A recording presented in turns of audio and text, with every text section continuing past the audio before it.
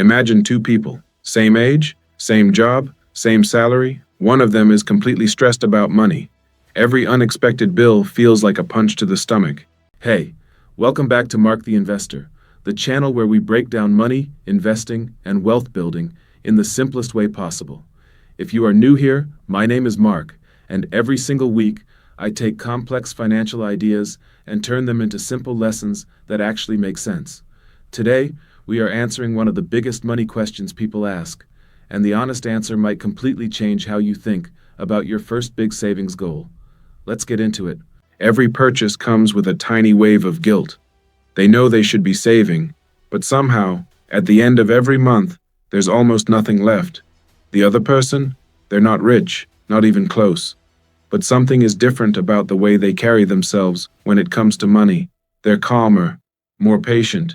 They don't panic when the car needs a repair. They don't make desperate decisions. What's the difference between these two people? It's not their salary. It's not their education. It's not even their spending habits. It's a number, a very specific number. And that number is $10,000. Because here's what almost nobody tells you. Your first $10,000 in savings doesn't just change your bank balance. It changes your entire relationship with money. It changes how you think, how you decide, how you feel.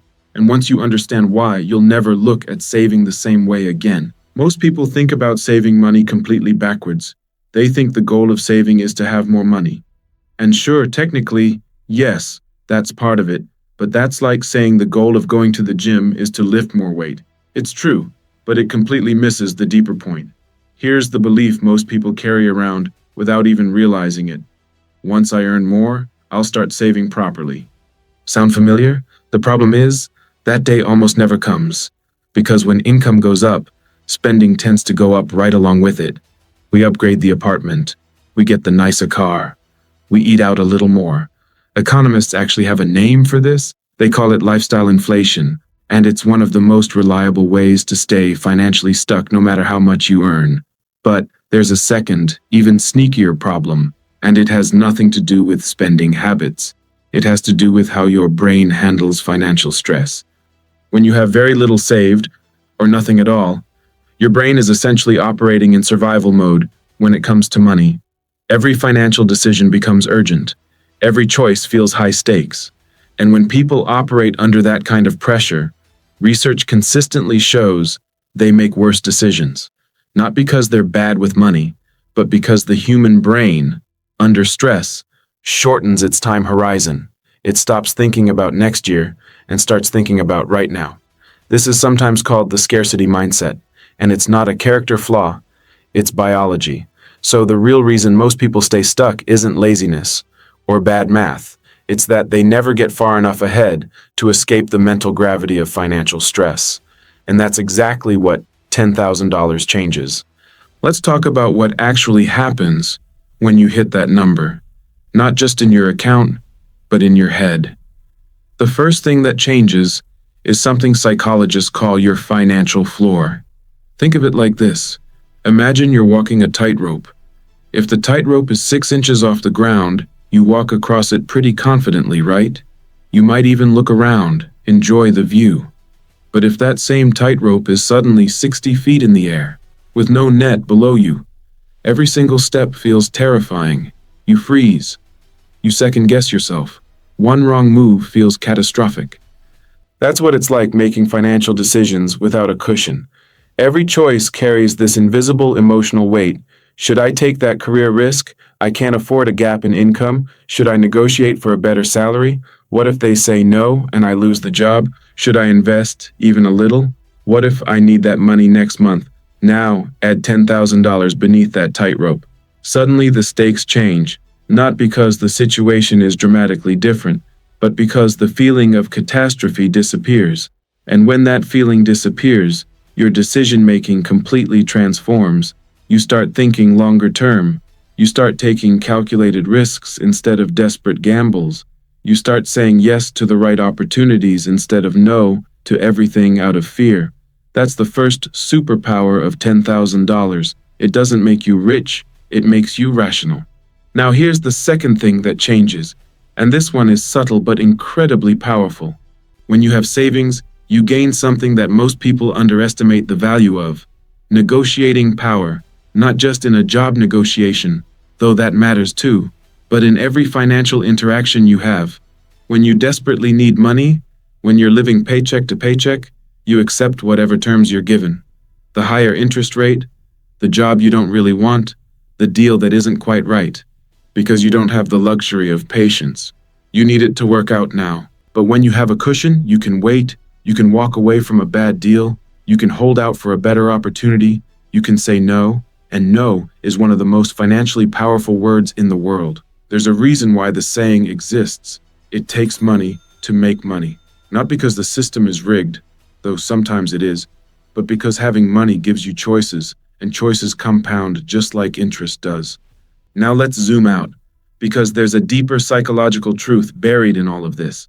Money is one of the few things in life where the first unit of progress is by far the hardest, and also by far the most valuable. Here's what I mean. Going from $0 to $10,000 is genuinely hard. It requires sacrifice, consistency, and often saying no to things that feel totally reasonable in the moment. It might take you a year, it might take two, and the whole time you're doing it, it might feel like nothing is happening, like the number barely moves. But here's what's actually happening on the inside. You are building a completely different identity around money. Every time you choose to save instead of spend, you're casting a small vote for the kind of person you're becoming. Every month you hit your savings goal, you're gathering evidence that you can be trusted with money. You're building what psychologists call self-efficacy, a belief in your own ability to follow through.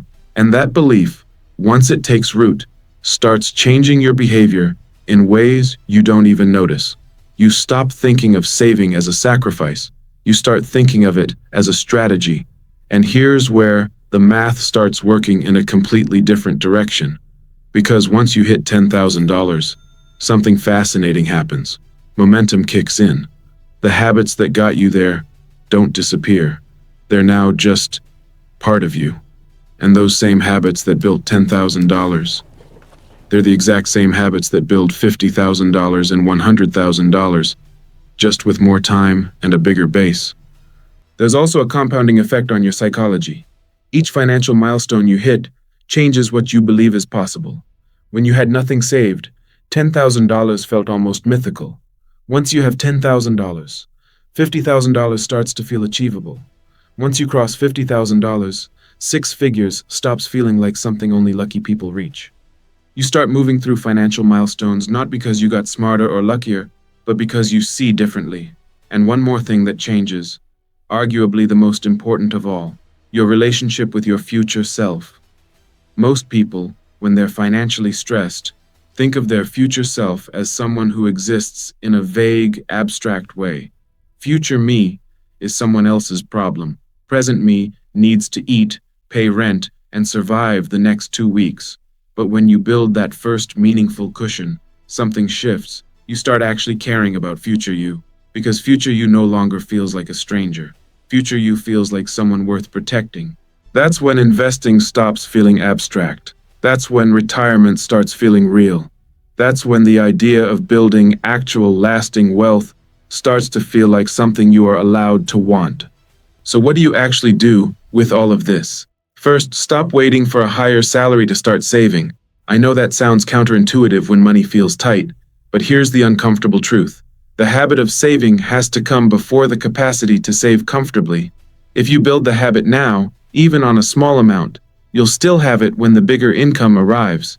If you wait for the bigger income first, you'll almost certainly spend it all. Second, make $10,000 your first obsessive target. Not retirement, not investing, not a house. Just $10,000 in a savings account that you do not touch. Treat it like a mission, a personal challenge.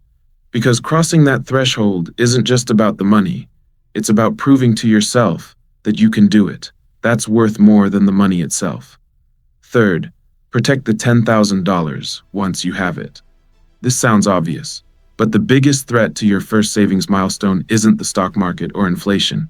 It's yourself. It's that moment when something shiny shows up and you think, I have money now, I can handle this. The buffer isn't a reward fund. It's the foundation of everything that comes next. And finally, understand that the goal isn't to stay at $10,000. The goal is to use $10,000 as the launch pad. Once you've built the habit, proven the identity, and earned the emotional calm that comes with a financial floor, that's when you layer in the next step: investing, compound growth, building multiple streams of income, the whole architecture of wealth. But none of that works without the foundation. Here's the thing about $10,000 that nobody puts on a motivational poster. It won't make you feel rich, it won't change your lifestyle, it won't impress anyone, and when you finally hit it, you might even feel a little underwhelmed. But that's exactly the point. Because the change isn't happening in your account. It's happening in you, in the way you think, in the way you decide, in the way you see your future self. The first $10,000 doesn't buy you luxury.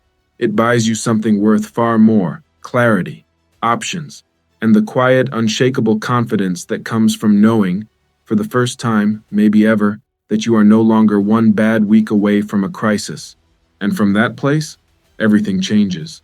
Not because you got lucky, not because you earned more, but because you built something real. And now you know how to build more. The money follows the mindset, and the mindset starts at $10,000. And that is a wrap on today's video. If this gave you a new way of thinking about money, do me a small favor. Hit the like button. It genuinely helps more people find this channel and learn the same lessons. And if you are not subscribed yet, tap that subscribe button and hit the bell so you never miss a new video. Every week, we break down another money topic just like this one. Simple, honest, and straight to the point. I'm Mark from Mark the Investor. I'll see you in the next one. Take care.